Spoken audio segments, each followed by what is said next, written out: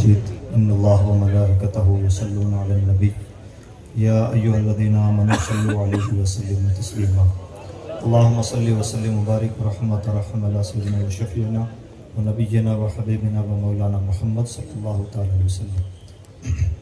محترم بزرگ اور دوستو، ہم سب بہت خوش نصیب ہیں کہ ایک نہایت مبارک کام کے گواہ بن رہے ہیں، اور اسٹیج نہایت بابرکت ہے جس پر سادات کرام اور ہماری جماعت کے بزرگ علماء تشریف فرما ہیں، اور خاص طور پر جو آج کے نہیں بلکہ اس پوری تحریک کے دولہا ہیں اور روح رواں ہیں، محرک ہیں، جن سے ہم سب کو سبق ملتا ہے اور ایک موٹیویشن بھی ملتا ہے۔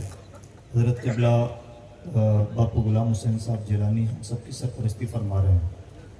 عزیز دوستو، یہ کوئی تقریر کا وقت نہیں ہے اور بلکہ تفصیل سے تاثرات کا بھی وقت نہیں ہے۔ البتہ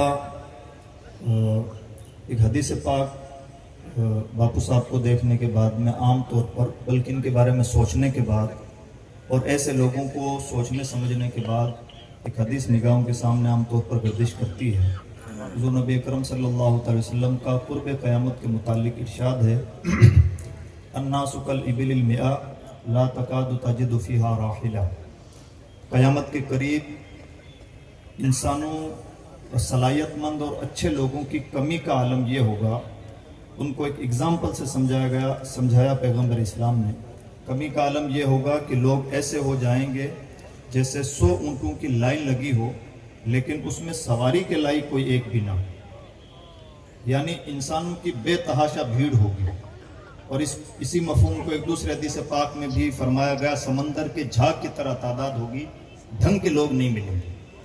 یہ جتنا ہم اور آپ قیامت سے قریب ہوتے جا رہے ہیں، بھیڑ ہی بھیڑ ہے، کام کے لوگ ان کا ہوتے جا رہے ہیں۔ ایسے میں ہم سب کی ذمہ داری بنتی ہے، دوہری ذمہ داری۔ پہلی ذمہ داری تو یہ بنتی ہے کہ جو کام کے لوگ ہم میں موجود ہیں ان کی قدر کریں۔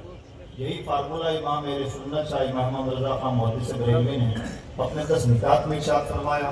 اور دوسری ذمہ داری یہ بنتی ہے کہ ہم بھی کوشش کریں کہ ایسے باکار لوگوں سے کچھ افکار و نظریات مستعار لیں، اور کوشش کریں کہ اللہ نے اگر ہمیں بھی زندگی دی ہے تو ہماری زندگی بھی بامقصد زندگی ہو۔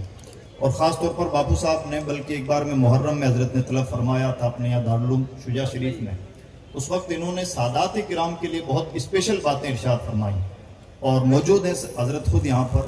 آپ نے فرمایا کہ سب کی اصلاح ہو رہی ہے، سادات کی اصلاح کون کرے گا؟ سادات کی تعریفیں سب کر رہے ہیں، سادات کی اصلاح کون کرے؟ تو میں یہ ان کا حق ہے جو کچھ کہیں۔ میں اتنا عرض کرنا چاہوں گا کہ آج کے دور میں سادات ہوں، علماء ہوں، مشائخ ہوں، عام لوگ ہوں، ابھی بوڑھے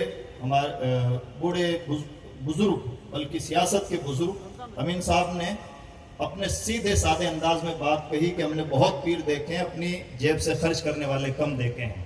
اس زبان خلق کو نقارہ خدا سمجھنا چاہیے۔ یہ دل کی آواز ہے، ان کا اپنا ایک لہجہ ہے، اپنا ایک انداز ہے، اپنی پہچان ہے، لیکن یہ دل کی آواز ہے، اس بات کو ضرور محسوس کرنا چاہیے۔ اس لیے اس پرفتن زمانے میں ہم سب کی ذمہ داری بنتی ہے کہ ہم رسم پروریوں سے بہت اوپر اٹھ کر کے کام کے لوگوں کی قدر کریں، اپنے آپ کو کام کا بنانے کی کوشش کریں، اور سادات ہوں، علماء ہوں، مشائخ ہوں، عام لوگ ہوں، سب لوگوں کی ذمہ داری بنتی ہے کہ اس طرح کے لوگوں کو اپنا آئیڈیل بنانے کی کوشش کریں۔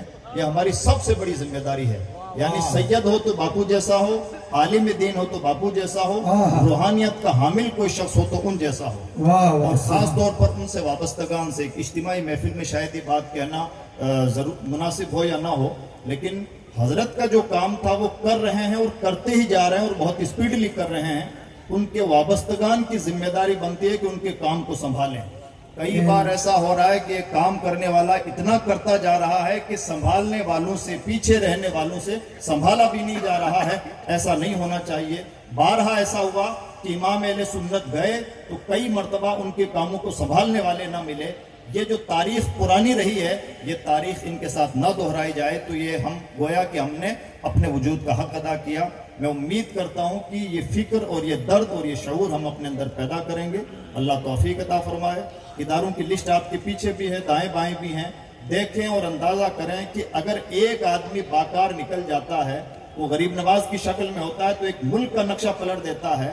اور اگر کوئی تعلیمی تحریک چند سالوں کے لیے چھوڑے تو وہ تھار جیسے ریگستانی علاقے میں اور جہاں پانی بھی نہ ملتا ہو وہاں پر علم کی للک پیدا کر سکتا ہے. اس سے ہم سب کو بہت زیادہ سبق حاصل کرنے کی ضرورت ہے. اللہ ہمیں توفیق عطا فرمائے. السلام علیکم ورحمۃ اللہ وبرکاتہ.